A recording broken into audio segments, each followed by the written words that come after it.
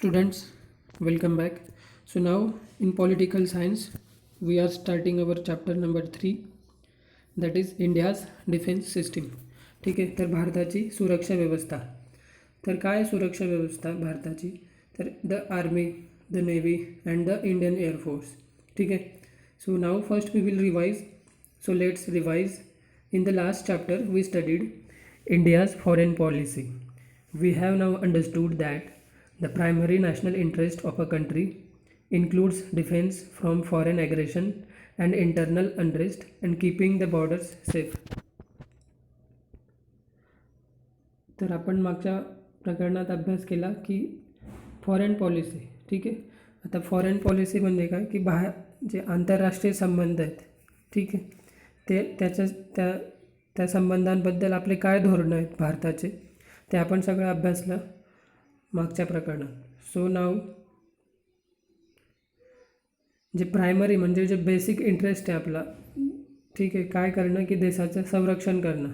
ठीक आहे. तर कशापासून आपल्याला देशाचं संरक्षण करायचं आहे? तर फॉरेन ॲग्रेशन म्हणजे बाहेरच्या देशांनी, कुठल्याही देशाने जर आपल्यावर आक्रमण केलं, ठीक आहे, तेव्हा देशाचं संरक्षण करणे, सुरक्षा व्यवस्था सांभाळणे, हे सगळं. And internal unrest and keeping the borders safe. ठीक आहे. तर आपल्याला कशापासून आपल्याला देशाची सुरक्षितता करायची आहे? तर बाहेरच्या देशांचं आक्रमण. दुसरं इंटरनल अनरेस्ट म्हणजे काही आंतरिक वादविवाद होत असतात, किंवा आताच आपण बघितलं की विकास दुबे, तर असे काही लोक असतात ज्यांच्यामुळे जी पब्लिक ऑर्डर आहे ती डिस्टर्ब होऊ शकते. तर त्या केसमध्ये सुद्धा जी आपलं नॅशनल इंटरेस्ट आहे, म्हणजे जे राष्ट्रीय हित आहे, ते आपल्याला जोपासणं आवश्यक आहे. तर त्यामध्ये रोल असतो डिफेन्स सिस्टीमचा. आणि त्याचबरोबर कीपिंग द बॉर्डर्स सेफ, ज्या आपल्या सीमा आहेत. तर मग एक आहे भौगोलिक सीमा, जिथे जमीन आहे. नंतर एक आहे ओशनिक बॉर्डर्स, म्हणजे जिथे समुद्राची we have coast, sea coast है ना.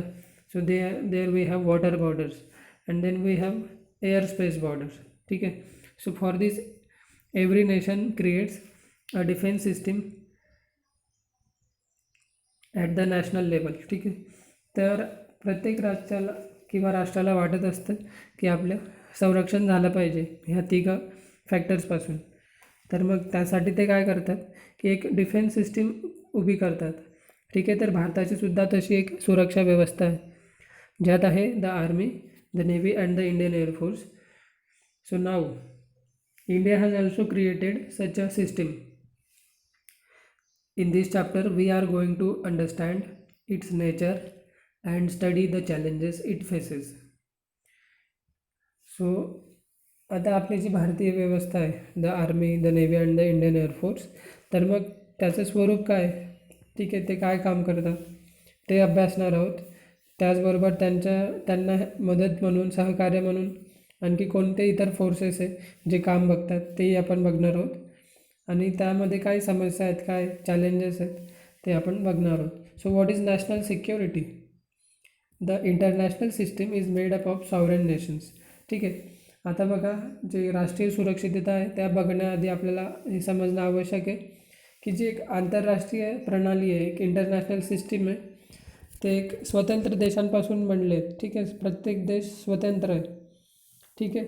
तर तरी काय होतं, even if they cooperate with each other, sometimes there are conflicts between these sovereign nations. आता बघा, एखादा देश समजा पारतंत्र्यात आहे आणि त्याच्यावर ज्या देशाची सत्ता आहे, तर तो जो देश पारतंत्र्यात आहे तो ज्याची त्याच्यावर सत्ता आहे त्याच्याशी तो लढणार नाही. ठीक आहे ना. त्याची गुलामगिरी करत राहील जोपर्यंत ते त्या दृष्टीने जागरूक नाही होत. बट आता काय की जवळजवळ सगळेच देश स्वतंत्र आहेत. त्यामुळे मग काय होतं की थोडाही एका देशाने काही प्रयत्न केला की त्यांची बॉर्डरमध्ये एंट्री वगैरे करण्याचा, लगेच त्यांच्यात वॉर म्हणजे युद्ध सुरू होण्याची शक्यता असते. सो म्हणजे ते एकमेकांशी सहकार्य करत असतात, परंतु तरी एक शक्यता असते की त्यांच्यात काही वादविवाद होऊ शकतो. ठीक आहे. So there are disputes between nations over boundaries और sometimes conflicts emerge between them over water sharing. तर आपण बघितलं बाउंड्रीज की कसं आहे, Bharat Pakistan, There are disputes going on between India and Pakistan over Kashmir, and then some borders. Okay, also there is dispute between distribution of river water. So the river Indus river means Sindhu नदीचं पाणी भारताला किती टक्के पाणी मिळेल, पाकिस्तानला किती मिळेल, यावर बऱ्याच वर्षांपासून वादविवाद सुरूच आहे. ठीक आहे. So some other reasons for conflict could be. तर ह्याचबरोबर म्हणजे हे जे भौगोलिक सीमा आहे किंवा पाण्याचं वितरण आहे, त्याचबरोबर आणखी काय समस्या होऊ शकतात. Not following the terms of international treaties, constantly competing against each other, and influx of refugees from neighbouring countries. ठीक आहे. तर आता काही आंतरराष्ट्रीय ट्रिटी म्हणजे काय, आंतरराष्ट्रीय तह होतात किंवा मान्यता होतात. ठीक आहे. बट काही देश आहेत जसे की चायना किंवा नॉर्थ कोरिया, ते नियम ते पाळत नाहीत. की समजा जे अणुबॉम्ब आहेत किंवा ॲटॉमिक आर्म्स आहेत, त्यांच्या प्रोडक्शनवर काही लिमिटेशन्स आहेत. बट काही देश ते नियम पाळत नाहीत आणि त्यांच्या मनाने ते हे जे आर्म्स आहेत किंवा न्यूक्लिअर वेपन्स आहेत ते क्रिएट करत आहेत आणि स्टोअर करत आहेत against, constantly competing against each other. ठीक आहे ना. की आता हे नॉर्थ कोरियाने बनवले तर त्यांना बघून जापानने बनवले, नंतर चायनाने बनवले, रशियाने बनवले. So this is what constant competition. ठीक आहे. And then influx of refugees. तर रिफ्युजी म्हणजे काय की ते illegally many people enter into in another country. ठीक आहे. कारण की त्यांच्या स्वतःच्या देशात अनरेस्ट असतं, म्हणजे ती सिस्टीम डिस्टर्ब असते. तर त्या केसमध्ये लोकांना आवश्यक असतं की आपण कुठल्या तरी एका शांत जागेवर जाऊन तिथे आपल्याला आश्रय मिळावा. ठीक आहे. टू रिफ्यूज म्हणजे काय, आश्रय देणे. तर मग अशा प्रकारे काही आश्रित लोक येतात देशात शेजारच्या राज्यातून, जसं की आपल्या इथे येतात बांगलादेशमधून, नेपाळमधून, भूटानमधून. So like that. Whenever such a conflict of interest arises between nations, it is sought to be resolved by compromises and discussions. आता कॉन्फ्लिक्ट ऑफ इंटरेस्ट म्हणजे काय की एका देशासाठी तो फायदा असतो, दुसऱ्यासाठी नुकसान असतं. बरोबर. So this is called as conflict of interest. मग आता समजा हा तह आहे की distribution of water of Indus river. तर मग 80% पाणी पाकिस्तानला, 20% भारताला. तर मग याच्यात कॉन्फ्लिक्ट ऑफ इंटरेस्ट होऊ शकतो की भारत म्हणेल की नाही, हे बरोबर नाही आहे, 60-40 करा किंवा 50-50 करा. ठीक आहे. बट मग त्या केसमध्ये पाकिस्तान विरोध करेल आणि आता आपण विरोध करतो आहे की 80-20ला. ठीक आहे. So these are some examples of conflict of interest.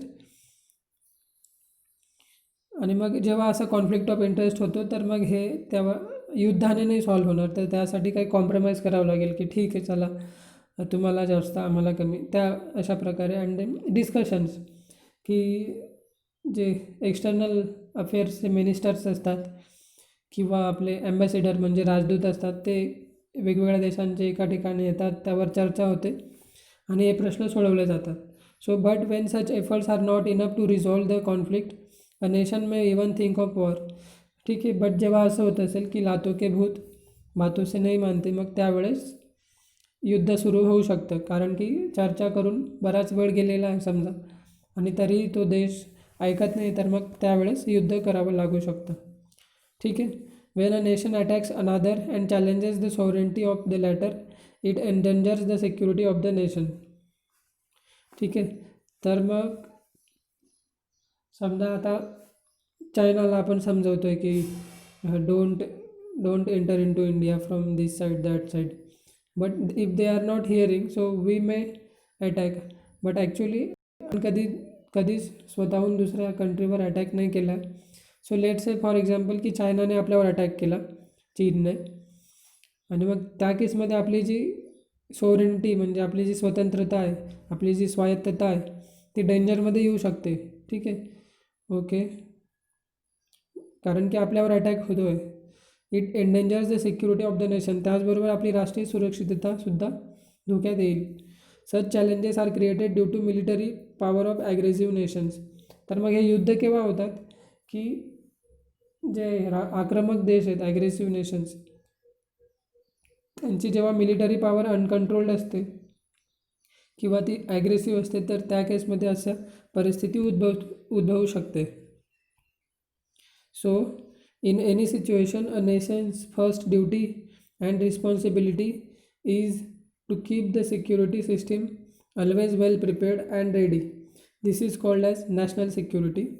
So here it is the definition of national security, that in any situation it is the duty and responsibility of a nation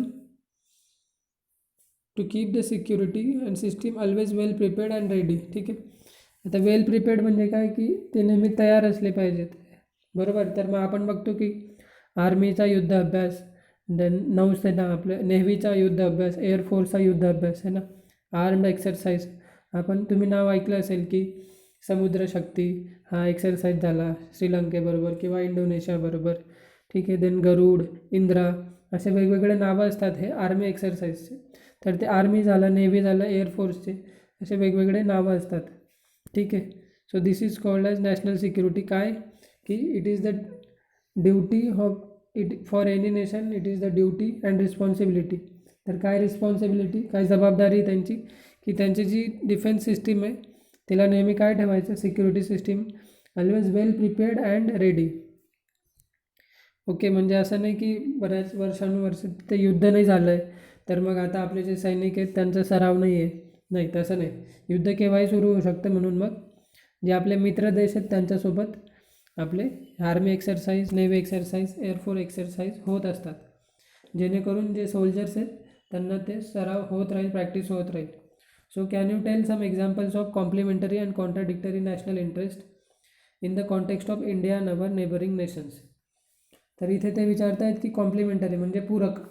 पूरक म्हणजे काय, की जसं आपण हे जे नदीचं पाणी आहे सिंधू नदीचं, तर त्यात भारत आणि पाकिस्तानमध्ये एक समजूत आहे की त्यांची मान्यता आहे की हां ठीक आहे, तुम्हाला इतकं पाणी, आम्हाला इतकं पाणी. So this is complementary.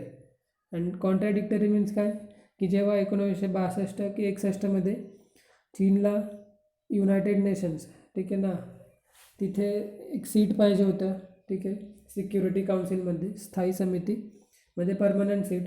तेव्हा भारताने लगेच सपोर्ट दिला होता, बट त्यानंतर लगेच चायनाने आपल्यावर अटॅकसुद्धा केला होता. So this is contradictory.